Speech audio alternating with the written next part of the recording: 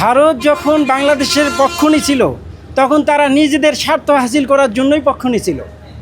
আর এখন বাঙালি সব প্রকাশ হয়ে গেছে সাধারণ জনগণের কাছে যে ভারত আমাদেরকে শোষণ করার জন্য, আমাদের উপরে নির্যাতন করার জন্য তারাই এই কাজগুলি করে যাচ্ছে। অবশ্যই আমরা ভারতকে সাপোর্ট করব না। ভারতও তো মানুষের সংখ্যা কম না, প্রচণ্ড মানুষ।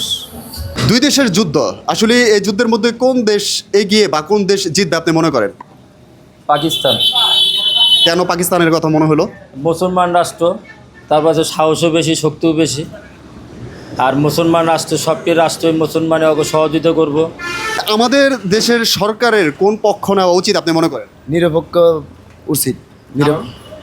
কারণ হচ্ছে, কারণ ওদের লোক তো আমরা পারবো না, যে আমাদের নিরপেক্ষ থাকাটাও অনেক উচিত। আমি চাই যে আমরা যেভাবে আসি এভাবে থাকতে, কারণ এটা বোমা ফুটাই করা মানে আমাদের জীবন নিয়ে টানাটানি। আমি চাই যাতে কারো জীবন না যায়, যেভাবে চলতেছি আমরা এভাবে চলি। প্লাস আমাদের পার্শ্ববর্তী এলাকা, পার্শ্ববর্তী দেশ হলো ভারত, ওরাও যাতে ভালোভাবে চলতে পারে।